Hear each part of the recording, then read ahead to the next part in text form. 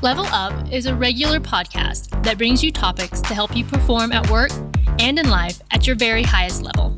Your host is Dan Chiodo, an executive coach, corporate trainer, and author. He is president of Impact Training and Executive Coaching. And now, here's Dan. Thanks, Jesse. I appreciate that and love the new music. Thank you so much.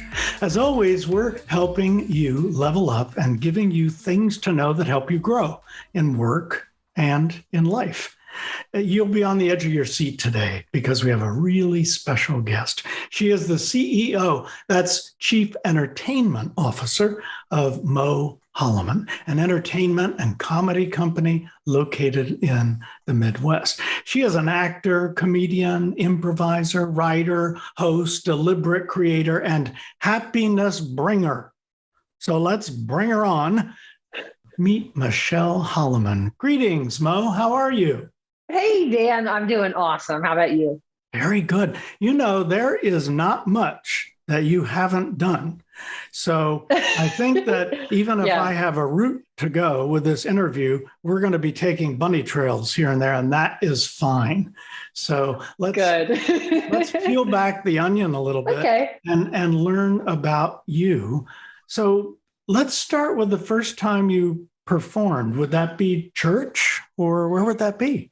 Yeah, that's correct. So when I was a little kid, I always watched my Aunt Evelyn and my grandma and my dad, and then also my sister. They were always in the choir.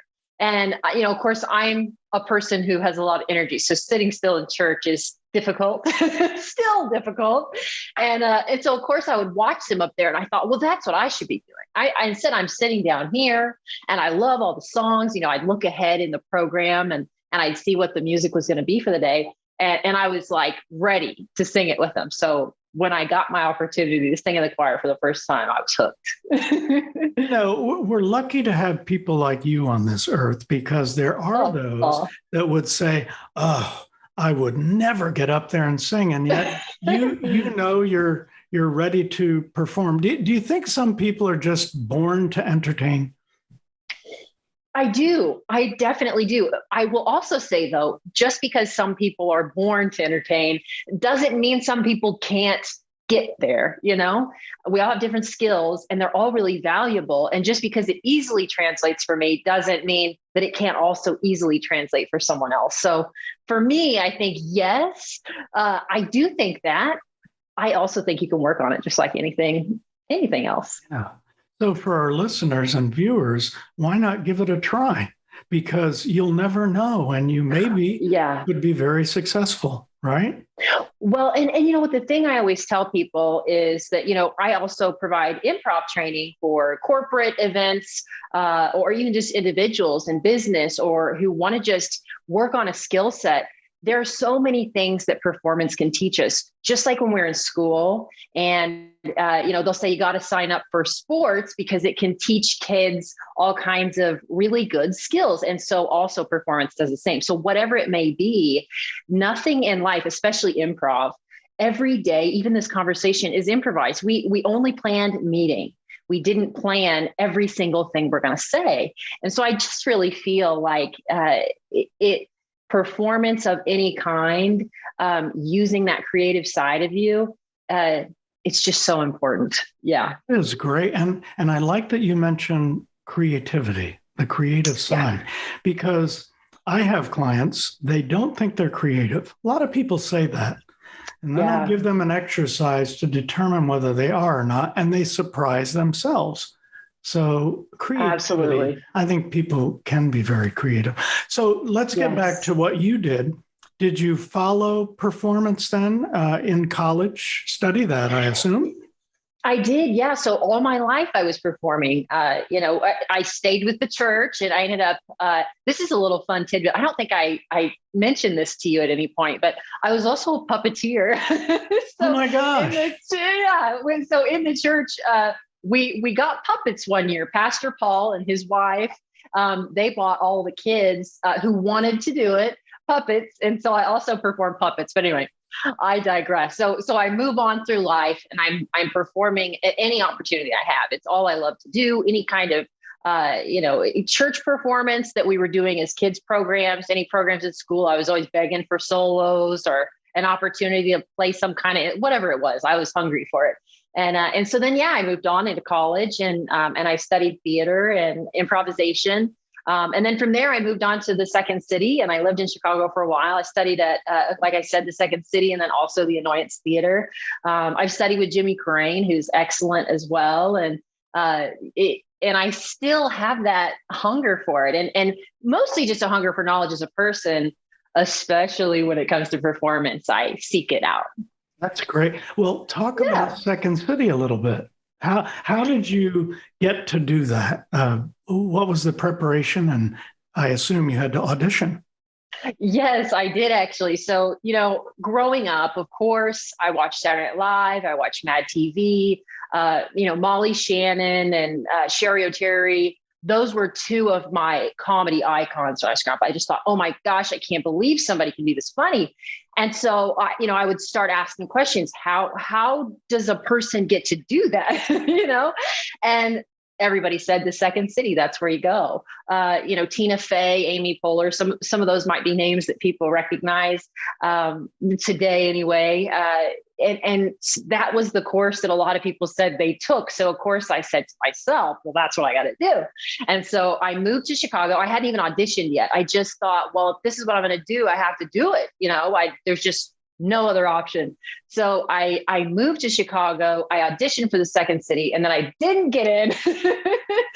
So that's when I actually committed myself. I went to the Annoyance Theater, and I said, okay, well, I wasn't ready for the Second City yet, because to get into the conservatory anyway, you can take any kind of classes at the Second City, but the conservatory is where you want to be. At least that's what I was told. That's how all the people who are on SNL, that's how they get there. And so I committed myself to studying at the Annoyance Theater and, slowing it down a little bit. Instead of coming in hot like I was the greatest thing that ever happened to comedy, I took some notes and I really thought about what it is that I wanted to be on stage and how I wanted to learn and what it meant to other people at that time to be in the place I needed to be to get into the program. And so I took a few steps back. I read as many books as I could read, and I really studied it. And then I auditioned again, got into the Second City. That's great. Talk about the audience. Talk about what it means to have an audience and to have an audience react to what you're doing in a positive way or not a positive way. I think it's probably a lot more relatable than most people might think. Whether it's a business meeting you've been in, or even just a small group of friends, and you're holding the attention for the moment, or you're the person presenting, or whatever it might be, where the focus is on you. It's probably pretty similar to what most people have encountered. They just think because the stage is where I'm at, or a camera is what I'm in front of, that it changes it on some level. And it does, but it also, it's pretty similar. And what I would like to say about how I feel anyway on the stage is there's just such a relationship between me and the audience that I appreciate tremendously. Number one, especially today, but always I felt this way. I respect so much that someone's willing to take time out of their life. They could be sitting at home and they're choosing to share this energy with me. And that's really what it is. It's an energy exchange. And it's powerful. You can feel it. And, so for me to be in front of an audience, it's not as much of a, hey, look at me. It's how do we balance this energy back and forth together? Because I get so much out of it. And it's not from what I'm doing specifically as much as it is how I'm interacting with the audience. So for me, it's a very special, very important relationship. I take it very seriously. I know that doesn't sound funny for comedy, but, and I just love it because I really feel like each person in that space has something unique to bring to the table. Or, I don't know if you're you've ever read The Law of Attraction, but we all have different vibrations, and we're all sending those different energies and the different frequencies, and we pick up on that, whether we realize it or not. So good energies, strange energies, maybe negative energies, like you said, when it doesn't go great. And it's all part of life. And so in that way, the stage really is no different than life. You have to learn from each of those moments. You have to live each of those moments, because it's that contrast, those really great moments where you share an amazing energy and you leave the stage and you feel like you're on fire, are just as important as the moments where you leave the stage and you feel like you didn't connect, or you feel like, what you did wasn't great. And there might be something you can learn from that.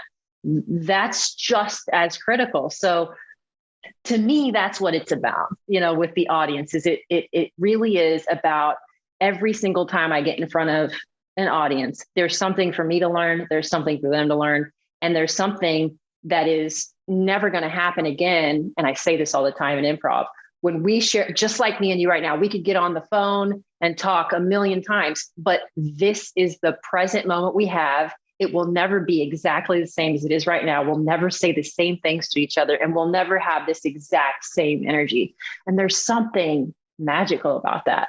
It is magical. Yeah. And you're talking about theater. Yes. That you've been a part of this, entertaining. But all the things you're saying, I think, for our viewers, when they have any conversation, when an audience can be one person or many, but for them to really connect and to feel that audience's presence, and then whatever they're trying to achieve, the principles of persuasion, trying to persuade someone to do something. I mean, we do it every day, don't we? We do. Yeah. And it's just like what you said, the principles of persuasion, or, whatever it is that you have that you plan to bring or say, or maybe you didn't plan it. I would always like to encourage people to find the fluidity in that and find the flow. And because that's that energy you're seeking when, just like you and I, before we get on this call, we, at least for me, I hope that we find that flow together. I hope that we connect. And I may have something I want to say, but also I want to know what you bring to the table so that I can match you in that place, because we might find something special together rather than just what I think I should tell you, right, or what I think you should know, And I think we are connecting because I'm on the edge of my seat. So I think this is a sign that we are connecting. So good. I have to ask you about the theater again. Was there ever a time that you were auditioning or you were appearing somewhere that you said to yourself, how did I get into this? 100%. Yeah. So actually, it's so funny. It really feels like, to me, the most amazing experiences I've ever had were not specifically planned, if that makes sense. Obviously we do things, and, when you put a thought out into the world, or you want to manifest something and you say, this is my desire, you don't know exactly how you're going to get there, and so, yeah, I've just had a million of those. I'll give you an example though. So I was I also do marketing and consulting work. So I was sitting in the office one day and I was working on marketing, and I had a message come across from a friend that said, hey, there's an audition tonight for the Mystery Hour. They're looking for a sidekick.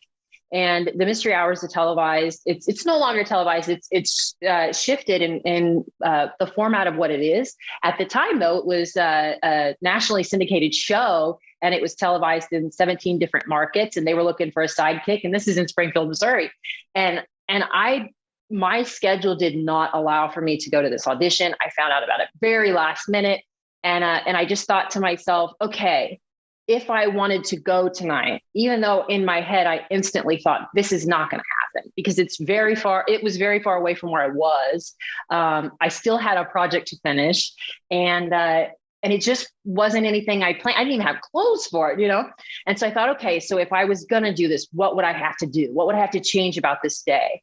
And so I kind of went through a list of things, and it went from, okay, I have to find a way to get out of this place that I'm in early enough to get over there. Is that possible? So I go and I talk to the people that I was with. Hey, this is the thing coming up. I think it could be amazing. I know nothing about it. I don't even know what to plan for the audition, but I want to go. Is there a way I can do this? Would you guys mind if I cut out early and we reconnect later? Yes. Okay, awesome. So then it was, all right, well, I have to go to a place where it doesn't make sense for me to go home first, and going home would literally be hours out of the way. And so I reached out to my husband. I said, hey, I really want to do this tonight. I don't know how I'm going to do it. I'm not prepared at all. And he's like, if you want to do this, I will meet you with clothes. I will meet you with makeup. I will meet you with whatever it is you need to do to get to this audition. I'll even drive you there. Because the timing was crazy. So then I go online and I see that all the audition slots are closed for an audition that I could actually make. So I reached out to the people who were holding the audition and I said, hey, listen, this is the situation. I'm coming from this location. I'm rendezvousing with my husband. I'm doing everything I can. I just found out about this. Can you save me a spot? And they finally got back to me and said, yes, we're going to make it happen, because there was some arranging they had to do on their end. And so then I was able to go to the audition. It was just, there were other pieces of it, little tiny details, but it was all about a mindset for me and what I wanted to do. And I wasn't alone. I think that's another theme that can go through life, no matter what it is. Do you have the will? Do you have the desire? And how do you break that down into small, manageable steps rather than it being some huge thing that seems impossible? So then I go to the audition, and there are about like 80 people there. I was in the last group, and I ended up getting the sidekick role for the mystery hour. But it was just a wild process. In that whole night, I was actually sitting in an Irish pub with my husband, and we just ate some potatoes. And I was about to go on, and a guy came out. He was just hilarious. I mean, just sitting and talking to him, I just thought, there's this guy's great. What am I doing? And so then I just kept telling myself, this is what you desire. You are who you are, and there's no one else like you, and there's no one else like that guy. And he's great. And maybe that's not what they want. Maybe you're not what they want. You don't know. But I had that moment in that Irish bar thinking to myself, how am I here? And what am I going to do when I go audition? It worked out well. And why not take a chance? Because if you don't, then how would you know that you would have that success?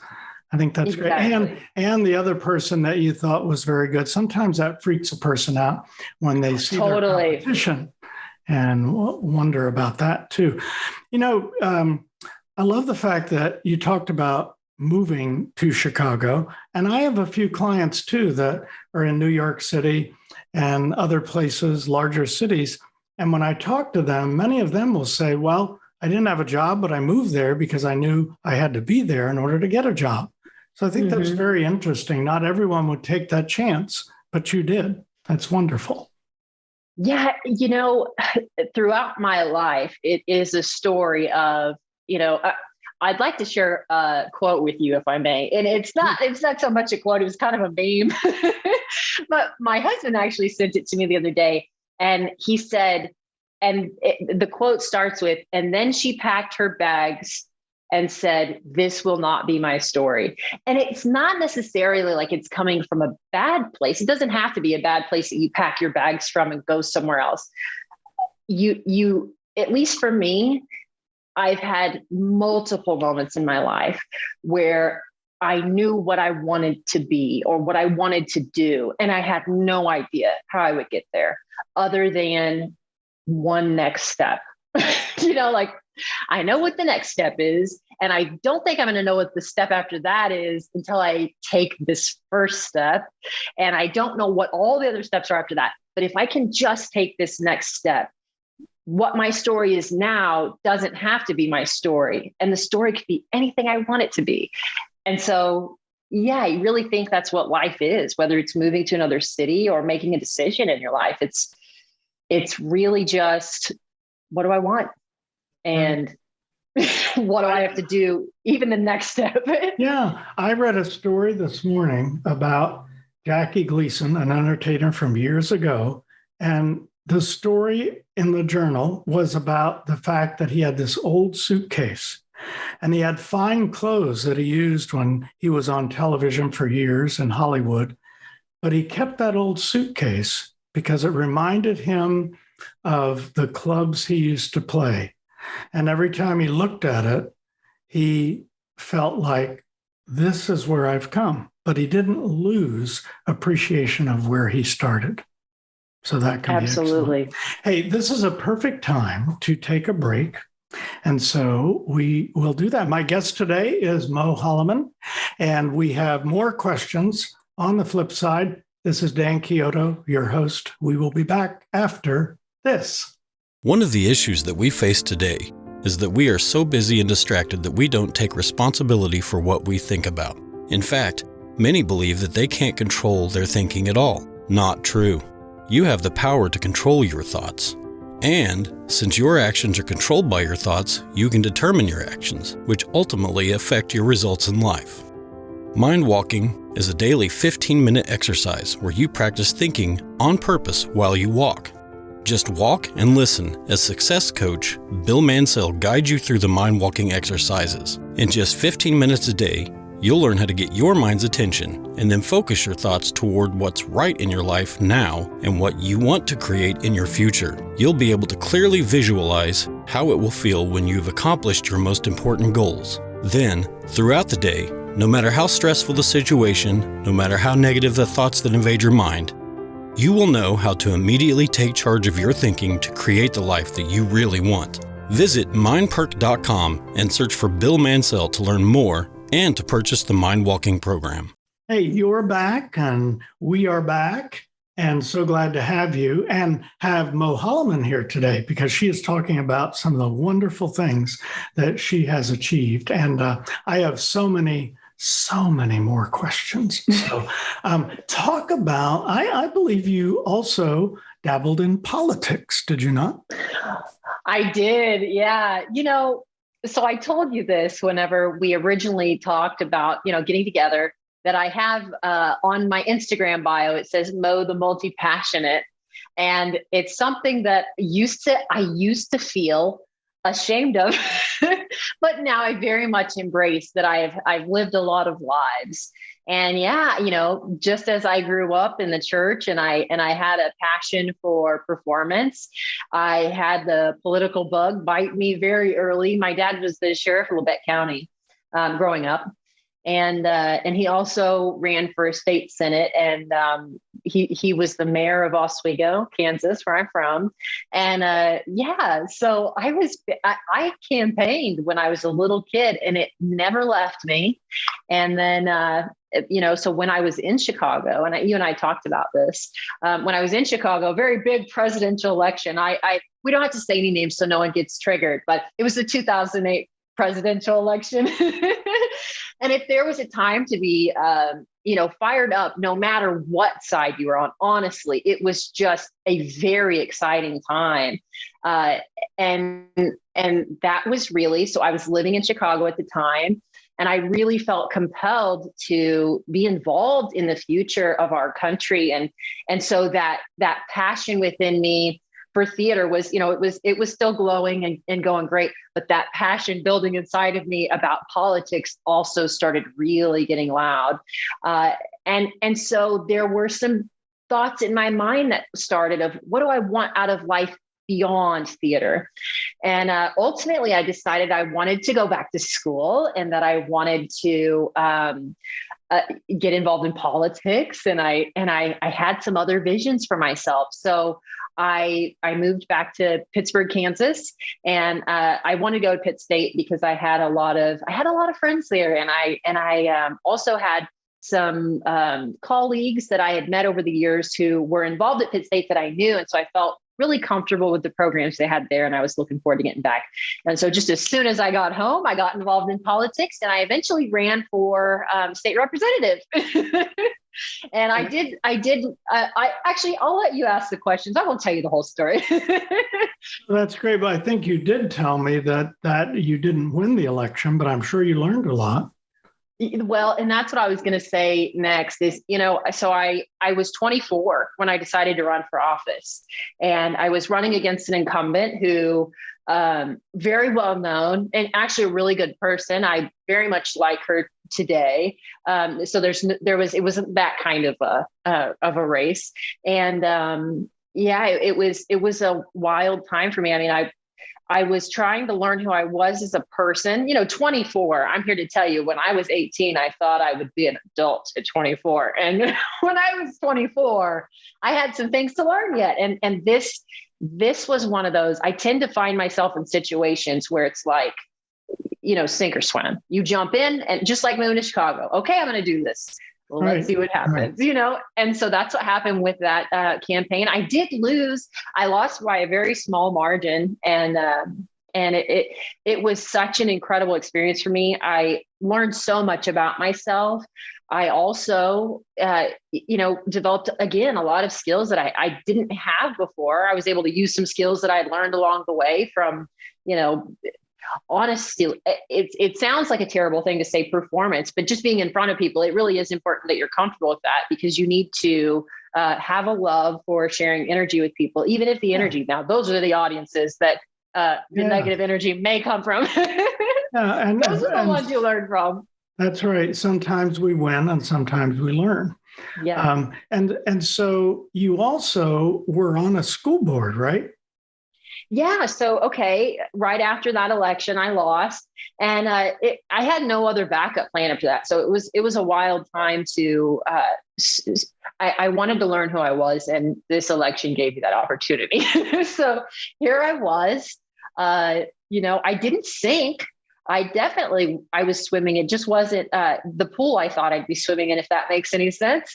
And so there I was, very involved in politics still, and very much involved in the community, and very much caring about that community. And I saw my future there. And so I thought, what else can I do? How can I pivot here to continue to, be involved and help make an impact? I so much want to serve.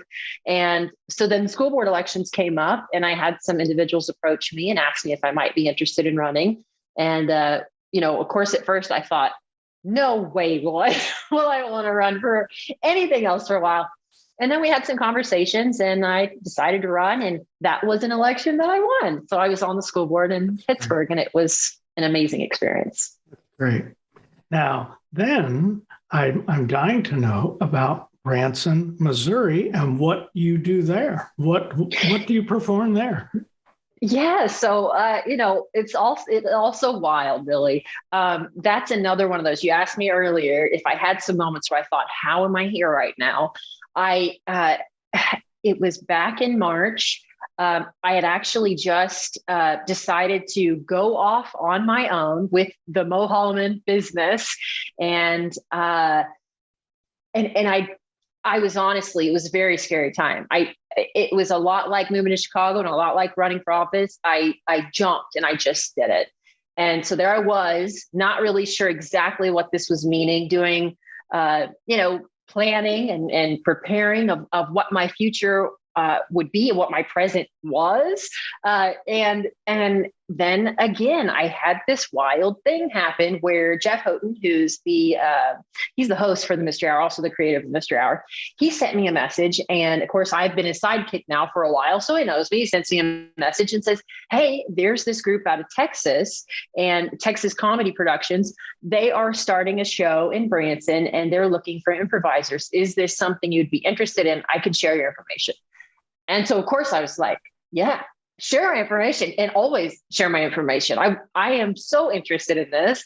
Let's see what we can do. And so I ended up getting on a call with Doug Ewert, who used to be, this is kind of a funny, we didn't know each other at the time. He was the musical director for the Second City for years.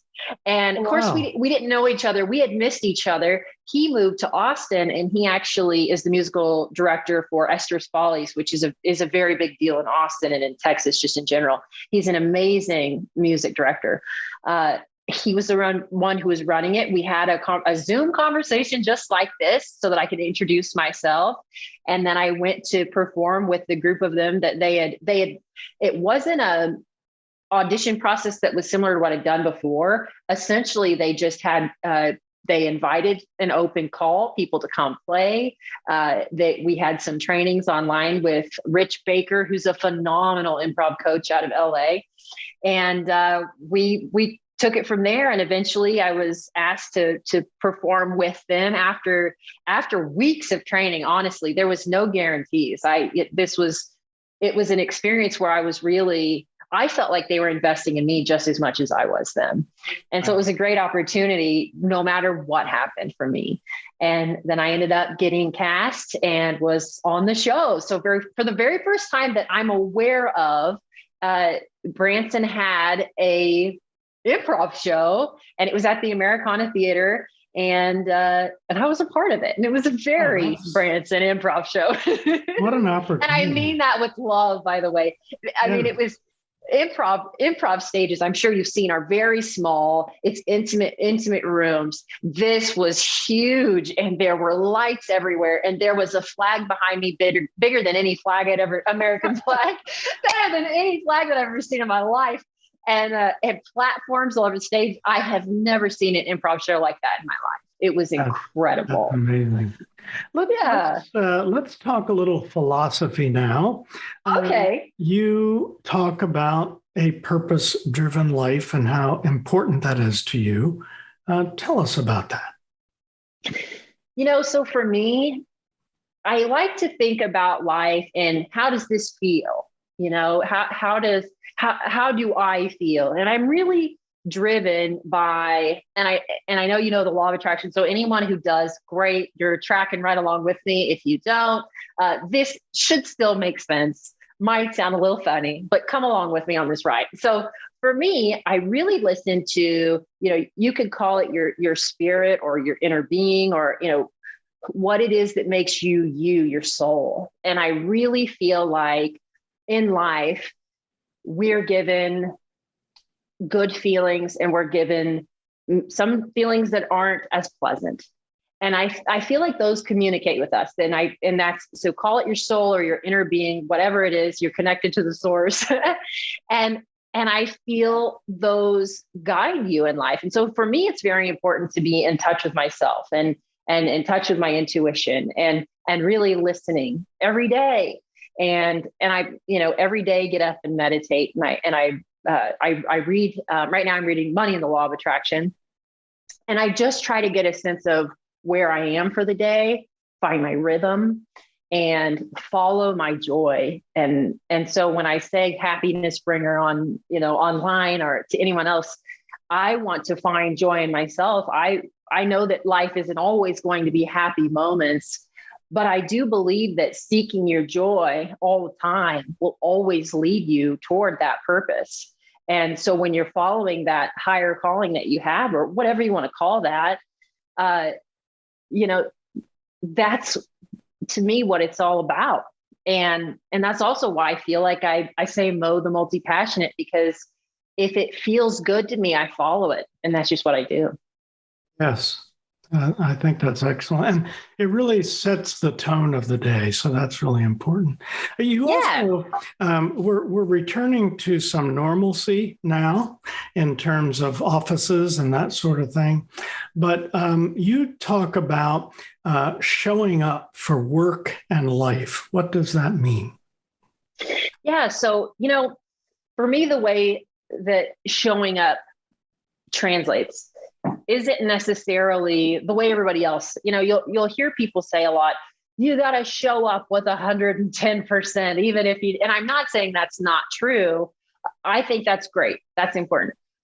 For me, again, like what we were just talking about, showing up every day, or with that purpose inside it really is about being in touch with who you are, getting in connection with yourself before you get in touch with anyone else. Again, I like to just think about it in a day.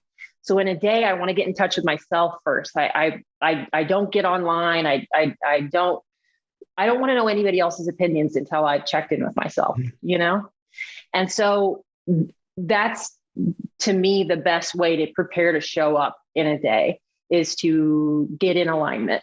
And so that's what I do. And so that when I do show up, and of course, I also practice segment intending. So before I go into, from one beat to the next in the day. So like, for example, right before we came on this call, I stopped, I took some deep breaths, and I said to myself, I want to show up. I want to be present. I want to have a fun call. I want to have an enjoyable conversation. And to myself, it was setting an intention for this segment that I'm going to be in my life. And so instead of just, you're not deliberately creating, but just kind of going through life, there's nothing wrong with that. And you might accidentally step into some really amazing things. If you can, however, stop, whether it's right before a Zoom meeting or even right as you get into your car, how do you want to feel on your drive to work? You can direct your thoughts that way. You can channel your feelings and check in with yourself. And maybe you're not having an amazing day, and that's okay. Do I want to be patient with myself today? Do I want to love myself today? Do I want to forgive myself for not feeling great? Whatever it might be. There are so many touch points you can have to really show up from moment to moment to moment. And I really feel like that will help not only you, it helps me, but also those people that are in your life that you'll be engaging with. If every time right before a call, I really want to connect with you, Dan, I want to feel like we've had a really great conversation. And so I feel like if I can be intentional about that, and if I know going into it, that's my purpose, well, then that's just what we're going to do, Right. And it's nice to prepare for things. So a lot of what you're saying, it's good preparation to make sure that it does go. If you visualize how it's going to go, chances are it will go that way. So it's so much better than winging it, I agree.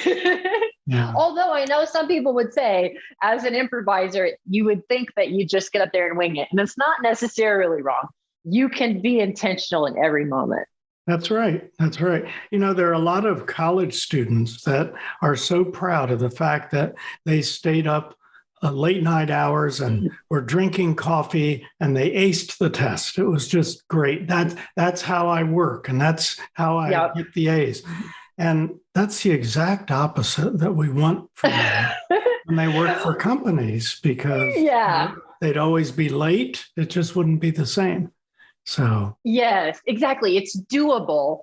Absolutely not long-term, and it's not kind to yourself. Or the people that you're making a commitment to, it doesn't last, That's right. Well, Mo Holloman, I want you to know you showed up today. Well, hey, thanks. Fantastic job. Thanks for sharing the slices of life. It's just amazing that there's so much. We can talk more another time because I'd love that. So much to say. And I thank you very much. And our viewers, we thank you too for being here. And we want you to be at the next level up. We're going to save you a front row seat like we did today. Also, make sure you look at the show notes. The show notes are going to have some of the points that Mo talked about, and there are going to be a lot of them. I can tell you that right now. So I appreciate that. Hey, Dustin, I think it's a wrap. Cheers. Cheers. If you feel like this information was valuable to you, Dan would love it if you'd click the like button and subscribe to the channel. If you have any questions or thoughts about today's episode, please leave a comment. Also, if you're a first-time subscriber, be sure to ring that bell to be notified about future episodes. To learn more about what Impact Training and Development can do for you and your business, visit impactbydan.com, where you can find more information about executive coaching, corporate training, keynote speaking, and much more. Thanks so much for watching.